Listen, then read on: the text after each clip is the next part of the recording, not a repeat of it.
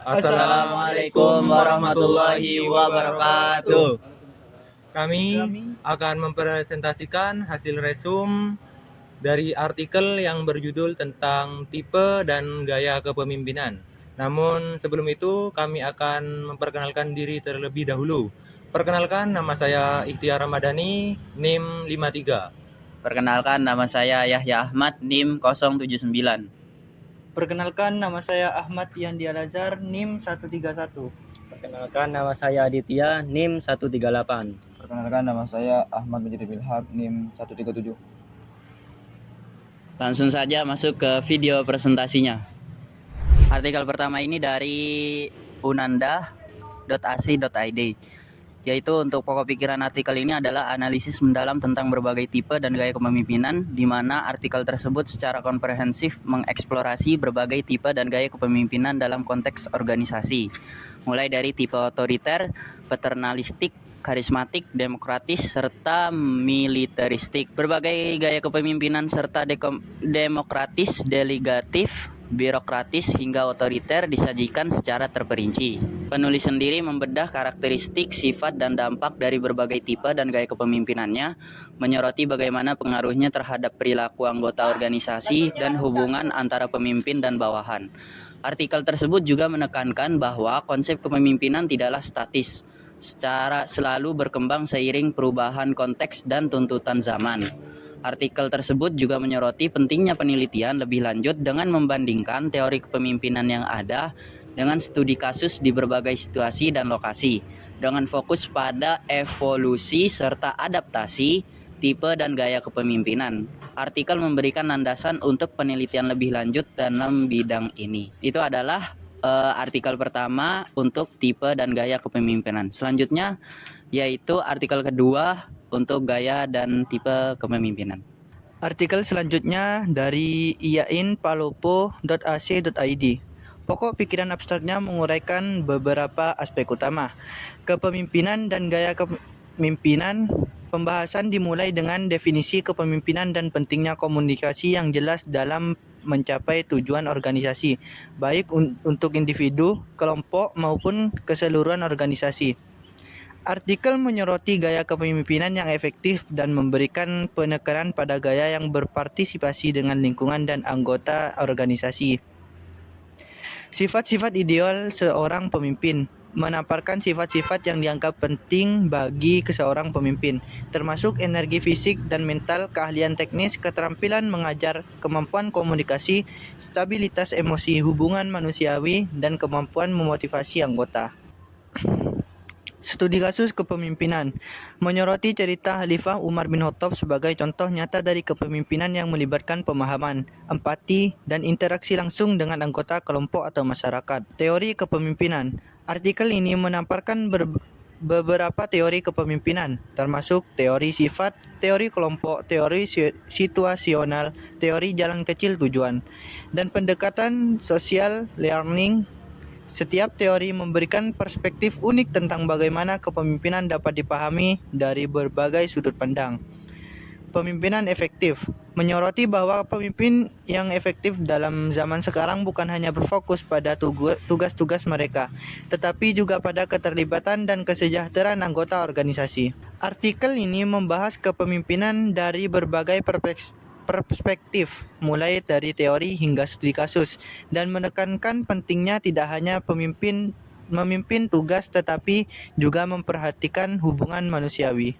Artikel ketiga dari usv.io. Pokok pikiran dari artikel ini yaitu membahas kepemimpinan dan berbagai tipe serta gaya kepemimpinan yang memengaruhi organisasi, terutama dalam konteks pendidikan. Pokok pikiran utamanya adalah kepemimpinan dan peran dalam organisasi. Menurut artikel adalah untuk menyoroti bagaimana kepemimpinan mempengaruhi organisasi dan menjelaskan bahwa kepemimpinan adalah proses yang memengaruhi anggota organisasi untuk mencapai tujuan bersama. Definisi kepemimpinan adalah memberikan beberapa definisi kepemimpinan, menekankan pengaruh dan arahan seseorang untuk mencapai tujuan yang kohesif dan efektif. Tipe-tipe kepemimpinan. Yang pertama adalah autokratis, yaitu pemimpin sebagai diktator yang menuntut ketaatan penuh dari bawahnya. Kedua yaitu demokratis, pengambilan keputusan bersama untuk mencapai tujuan organisasi. Ketiga yaitu laissez-faire, yaitu pemimpin memberikan kebebasan sepenuhnya pada bawahnya. Yang keempat adalah paternalistik, yaitu pemimpin bersifat kebapaan, melindungi dan mengayomi bawahnya. Dan yang terakhir adalah karismatik, yaitu pemimpin dengan karisma yang luar biasa agar mempengaruhi pengikutnya. Untuk selanjutnya adalah gaya kepemimpinan. Pada gaya kepemimpinan ada persuasif, yaitu memimpin melalui ajakan atau bujukan. Kedua, represif, pemimpin yang menekan atau menindas. Yang ketiga adalah partisipatif, yaitu memberikan kesempatan bagi bawahan untuk aktif berpartisipasi. Keempat, inovatif, yaitu fokus pada inovasi dan pembaruan. Yang kelima, motivatif, yaitu memberikan motivasi kepada bawahan untuk bekerja lebih keras. Dan yang terakhir adalah edukatif, yaitu memajukan bawahan melalui pendidikan dan pengembangan keterampilan. Kesimpulannya adalah kepemimpinan dalam organisasi pendidikan memiliki peran krusial. Tipe dan gaya kepemimpinan dipengaruhi oleh berbagai faktor seperti pendidikan, pengalaman, usia, karakter, dan pribadi pemimpin. Artikel ini secara komprehensif membahas pentingnya kepemimpinan dalam organisasi, pendidikan, dan bagaimana tipe serta gaya kepemimpinan dalam memengaruhi dinamika dan mencapai suatu tujuan organisasi. Artikel yang keempat yaitu dari Leadership That Gets Result oleh Daniel Goleman, terbit Maret tahun 2000 di Harvard Business Review. Mengeksplorasi 6 gaya kepemimpinan berbasis kecerdasan emosional. Goleman mengidentifikasi visioner, pelatih, afiliasi, demokratis, otoritatif, dan paksa sebagai gaya kepemimpinan yang dipengaruhi oleh kesadaran diri, pengendalian diri, motivasi, empati, dan keterampilan sosial. Pemimpin visioner fokus pada visi bersama, sementara pemimpin pelatih mengembangkan potensi tim. Gaya afiliasi memprioritaskan hubungan harmonis, sedangkan demokratis mencari input tim dalam pengambilan keputusan. Otoritatif membuat keputusan sendiri, sementara gaya paksa digunakan dengan hati-hati dalam situasi kritis. Goleman menekankan fleksibilitas pemimpin dalam menggabungkan gaya kepemimpinan sesuai kebutuhan. Artikel ini memberikan strategi untuk memahami gaya kepemimpinan pribadi dan mengembangkan praktek kepemimpinan yang efektif.